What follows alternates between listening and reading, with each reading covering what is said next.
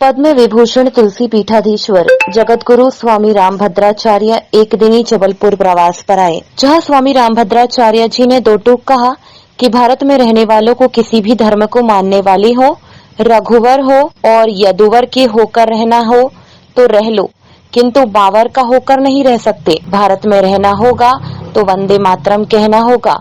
स्वतंत्रता के पश्चात यदि जाति के आधार पर आरक्षण नहीं होता तो जातिवाद कभी नहीं आता।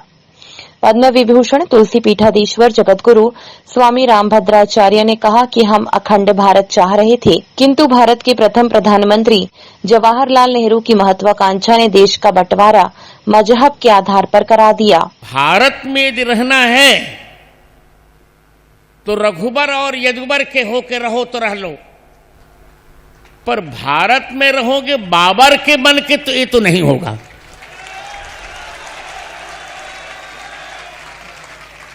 ये नहीं होगा। इसमें हम समरसता का ढोंग नहीं करेंगे, ये तो समविषता हो जाएगी। जिसे भारत में रहना है उसे वंदे मातरम कहना है। हम तो अखंड भारत चाह रहे थे,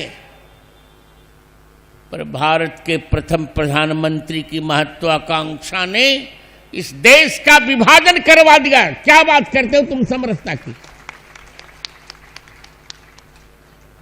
और देश का विभाजन मजहब के आधार पर किया गया। फिर भी हमने अपनी समरसता बरती,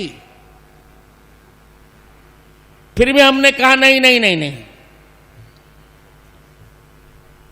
भले मजहब के आधार पर देश बट रहा है, पर जो इस भारत में रहना चाहता है, कोई भी हो, चाहे वो हिंदू हो, मुस्लिम हो, किसी को ईसाई हो, वो इस भारत में रह सकता है।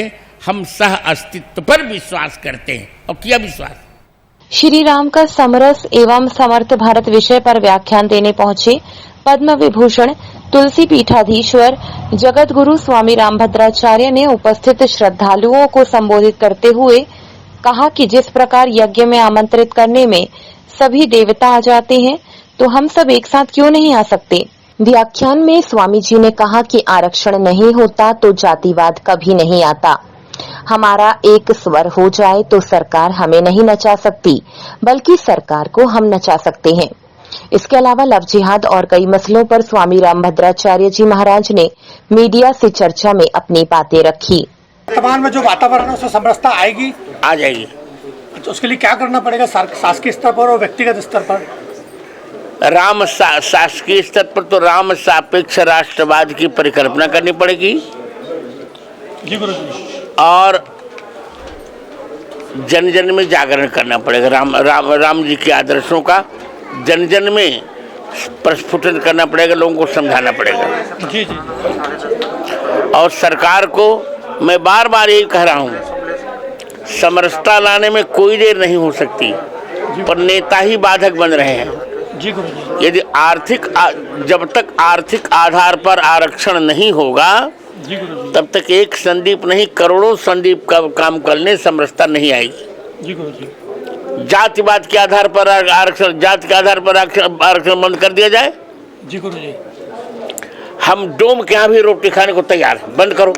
जी गुरु जी। कोई साहस दिखाए। जी गुरु जी।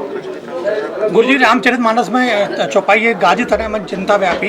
यदि आज गांधी तनय होते तो उनके मन में कौन सी चिंता होती? यही संत को किस बात की चिंता? जो मुझको चिंता है, आप मुझे देख रहे हो।